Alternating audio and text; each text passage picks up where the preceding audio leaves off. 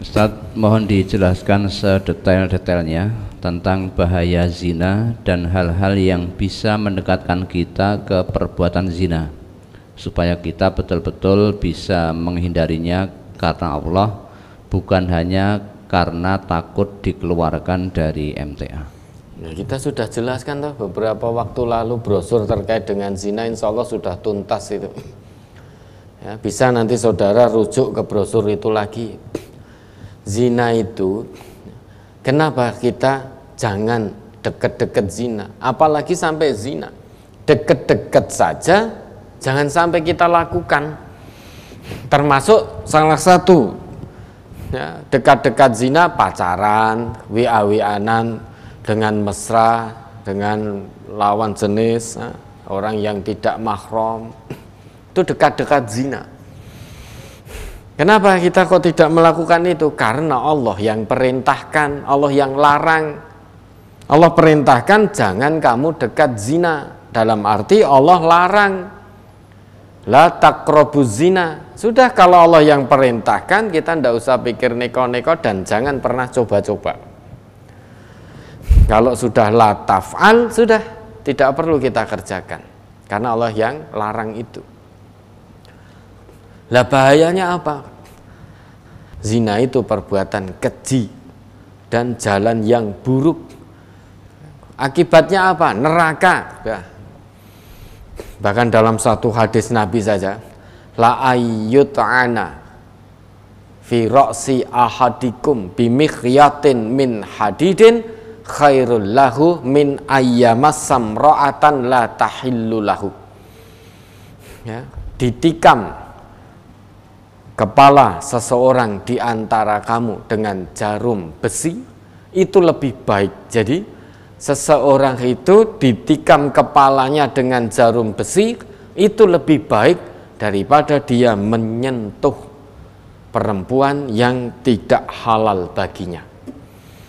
Sehingga kepala kita ini ditikam dengan jarum besi itu lebih baik. Ditujes jarum besi itu lebih baik daripada kita menyentuh perempuan yang bukan mahram, yang tidak halal bagi kita. Apalagi sampai peluk-pelukan, cium-ciuman, apalagi sampai zina. Tentu lebih dahsyat lagi hukumannya.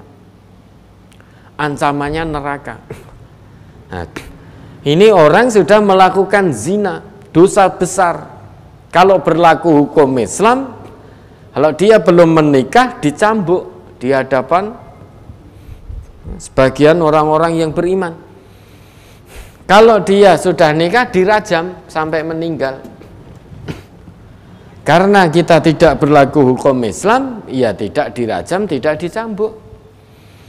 Tapi kalau dia tidak bertobat, maka akan dapatkan siksaannya di hadapan Allah, neraka. Melakukan dosa besar tidak takut kepada Allah, tetapi takut karena dikeluarkan dari MTA. Coba lebih takut nek konangan zina oleh MTA, oleh sedulur ngajinya, sehingga kalau konangan zina oleh sedulur ngajinya wis otomatis dilaporkan ke pengurusnya sehingga nanti dikeluarkan dari MTA. Itu lebih takut ya, daripada kepada Allah. Zina dia tidak takut, neng konangan warga MTA dia takut karena nanti dikeluarkan dari MTA.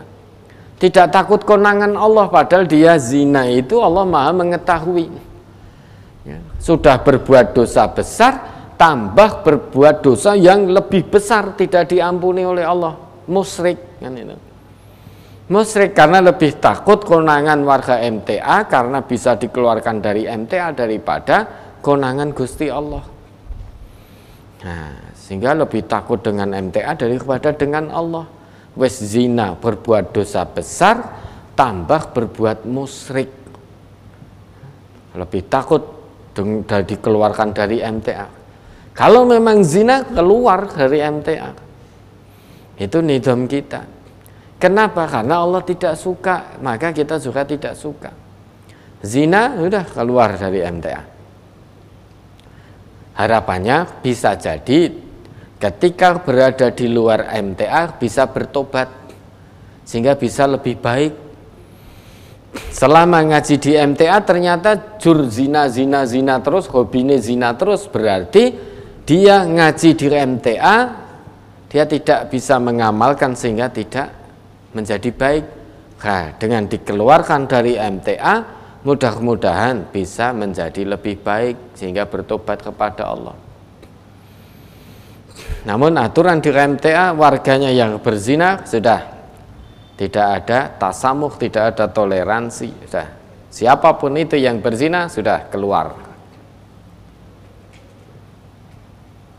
Nah, ini ternyata lebih takut dikeluarkan daripada konangan Gusti Allah. Nah, berbuat musyrik tidak akan nemui apa nanti di hadapan Allah. Kalau ternyata ancaman-ancaman neraka dari Allah saja tidak dia takutkan, lah untuk apa? Nasihat dari Allah, nasihat dari Rasul saja tidak digubris. Nah, kita menasihati ya potensi untuk diterimanya kecil sekali. Padahal zina itu ya, kalau misalkan seorang istri atau suami selingkuh, kalau sampai mengandung kemudian melahirkan, itu merusak nasab keturunan karena hakikatnya dia tidak punya bapak, merusak keturunan. Samping itu membuat malu kalau sampai masyarakat tahu, dan pasti tahu kalau tidak bertobat. Ya, kemaksiatan yang terus-menerus dilakukan, jangan dikira manusia saat ini tidak tahu lantas di kemudian hari juga tidak tahu.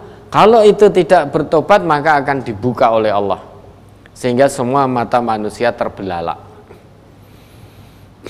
Aib ditutup oleh Allah, ditutup, kok terus keenaan merasa aman. Nah, nanti akan dibuka blak oleh Allah sehingga semua mata manusia terbelalak. Nah, nanti dirujuk lagi ya, di brosurnya itu insya Allah sudah tuntas dulu itu terkait dengan bahaya zina, bahayanya dunia akhirat. Nah, itu sudah tuntas. Ya, ada lagi.